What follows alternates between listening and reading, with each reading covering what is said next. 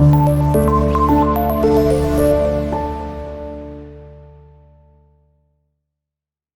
वालेकुम students, 10th class computer का हमारा आज का टॉपिक है जी ऑपरेटर्स में से relational operators.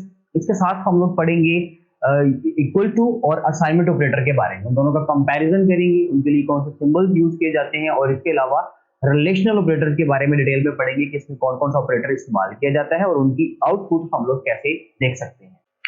Students, first of all we will talk about the relational operators. ये रिलेशनल ऑपरेटर्स क्या होते हैं जी, इनको कैसे यूज किया जाता है और इनमें कौन कौन से ऑपरेटर्स की लिस्ट हमारे पास मौजूद है। रिलेशनल ऑपरेटर बेसिकली जो है उनकी जो लिस्ट है बेसिकली हम पहले वो बना लेते हैं कि इसमें कौन कौन सा ऑपरेटर यूज किया जाएगा। तो स्टूडेंट्स, रिलेशनल ऑपरेटर में ऐसे ऑपरेटर्स हैं जैसे कि less than, greater than, equals to, not equals to, less than और इक्वल्स टू, ग्रेटर देन और इक्वल टू, और आप कह सकते हैं इक्वल्स टू ऑपरेटर, मीन के डबल इक्वल टू जिसको हम लोग बोलते हैं।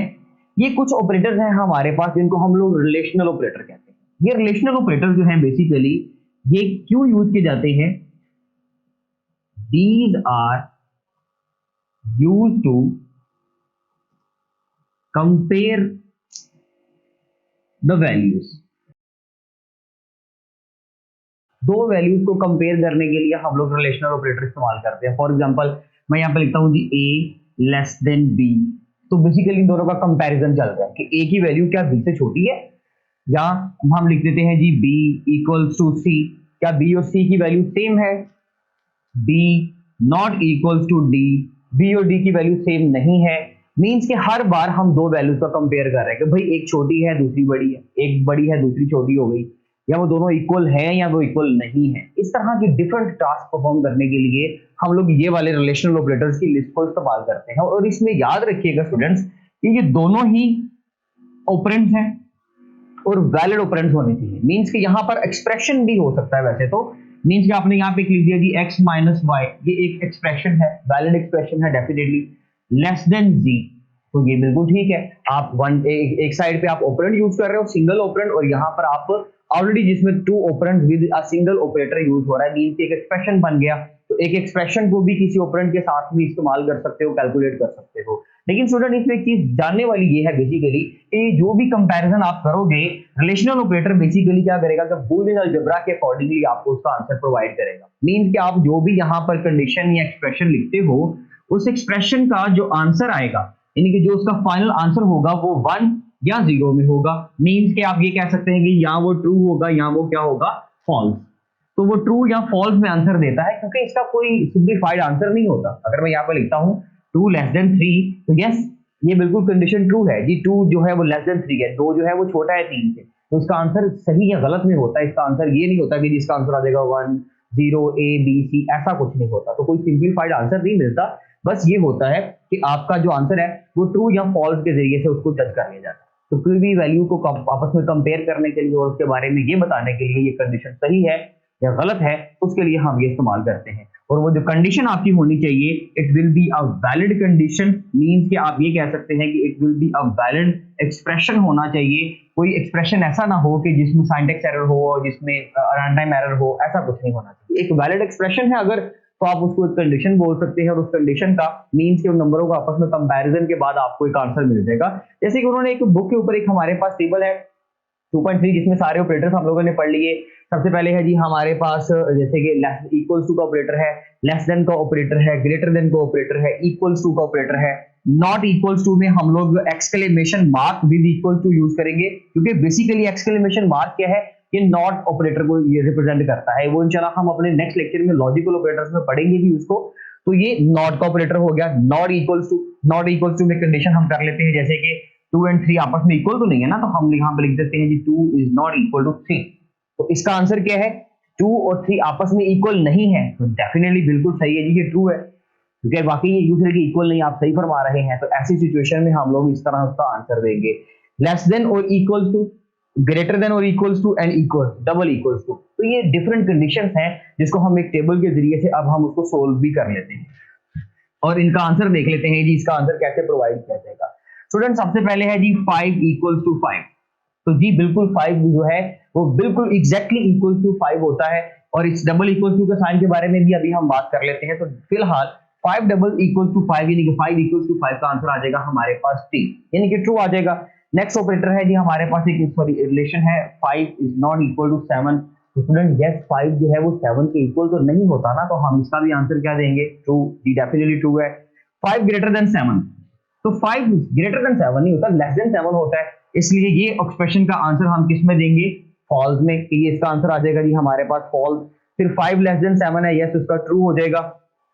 5 लेस देन 7, यस ये भी ट्रू हो गया हमारे पास। उसके बाद 5 ग्रेटर देन और इक्वल टू 5।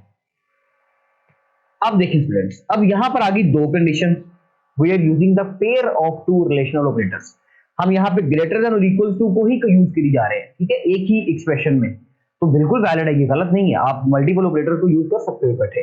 तो ग्रेटर देन और इक्वल टू का मतलब स्टूडेंट ये है बेसिकली कि अब इन दोनों में से अगर एक भी कंडीशन ट्रू हो गई तो हम इसको ट्रू मानेंगे। मींस के 5 ग्रेटर देन इक्वल टू 5 तो नहीं है, लेकिन 5 इक्वल्स टू 5 है। तो दोनों में से अगर एक भी चल जाता है तो हम उसको क्या बोलेंगे कि ये ट्रू है।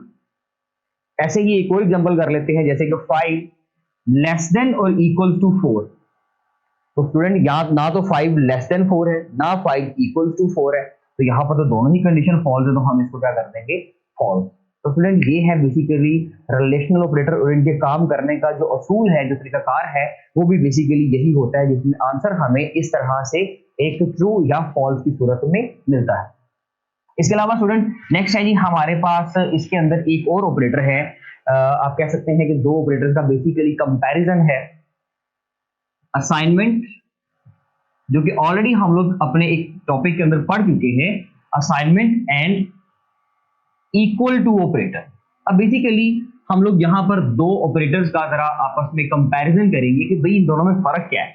असाइनमेंट ऑपरेटर में और इक्वल टू ऑपरेटर में क्या फर्क है? स्टूडेंट देखिए, असाइनमेंट ऑपरेटर होता है simple one time equal to का जो साइन हम लगाते हैं, और इक्वल टू का मतलब होता है जिसमें हम दो बार ये साइन यूज करते हैं। अब इसका मतलब ये हो गया स्टूडेंट, अगर इक्वल टू सिंगल टाइम है तो ये जस्ट वैल्यूज को असाइन करने के लिए यूज किया जा रहा है। It means that 5 is the value of x that we are assigning to x. 5 is the value, 5 is the constant that we are assigning to x. हमने x वेरिएबल को 5 की वैल्यू असाइन कर दी, simple. इसका just काम इतना ही है। लेकिन यहां पर जब इक्वल टू का साइन आएगा तो इसका मतलब है कि 5 is exactly equal to 5। 5 जो है वो दूसरे 5 के बिल्कुल इक्वल है। हम यहां पर चेंज कर लेते हैं, हम यहां पर सपोजिंग लिटरल्स लिख लेते हैं। For example this x is equal to y का मतलब ये है कि x और y की वैल्यू बिल्कुल एग्जैक्टली इक्वल टू है, उसमें 0.1 का भी फर्क नहीं है, ये बिल्कुल एक दूसरे के इक्वल है। उसके लिए हम लोग डबल इक्वल टू का साइन यूज करते हैं। अगर आप लोग सिर्फ वैल्यू को साइन कर रहे हो तो इक्वल टू का साइन, और अगर आप बिल्कुल एग्जैक्टली इक्वल कहना चाह रहे हो कि भाई बिल्कुल एक दूसरे के इक्वल है, इसमें जरा सा भी फर्क नहीं है, at that time we use the equal to operator. अब इनको प्रोनाउंस भी ऐसे ही हमने करना है, इसको हम लोग असाइनमेंट ऑपरेटर कहेंगे और इसको हम लोग इक्वल टू ऑपरेटर कहेंगे, ना कि डबल इक्वल टू। अभी तक मैंने वो वर्ड बोला, लेकिन एक्चुअली वो हम उसको ऐसे, यानी कि आप कह सकते हैं कि जब ऑपरेटर्स को सोल्व कर रहे होंगे, जब ऑपरेटर्स की बात कर रहे होंगे, तो प्रोनाउंस भी ठीक से ही करेंगे कि भाई ये इक्वल टू ऑपरेटर है और ये हमारा असाइनमेंट ऑपरेटर है। ठीक हो गया जी। अब इसके अंदर हमारे पास जो है एक सिंपल कुछ एक्सप्रेशन है, जो वैलिड एक्सप्रेशन अगर हैं तो आपने उनका आंसर बताना है कि जी ट्रू और फॉल्स। तो इसमें एक चीज लाजमी तौर पर स्टूडेंट्स याद रखें कि हम मल्टीपल ऑपरेटर्स को, यानी कि मैनी ऑपरेटर्स को can be used in a single assignment या सिंगल स्टेटमेंट। आप एक सिंगल स्टेटमेंट के अंदर अपने मल्टीपल ऑपरेटर्स को यूज कर सकते हो, जैसे कि x लेस देन और इक्वल्स टू y। ठीक है, तो यहाँ पर आपने मल्टीपल ऑपरेटर यूज किए, इसके दो ऑपरेटर यूज किए।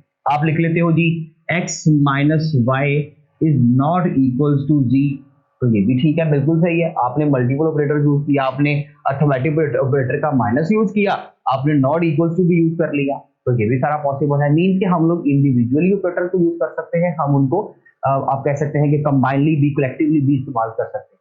स्टूडेंट ये था हमारा आज का टॉपिक। इंशाल्लाह मिलते हैं अपने नेक्स्ट लेक्चर के अंदर, तब तक के लिए अल्लाह हाफिज। Thank you so much.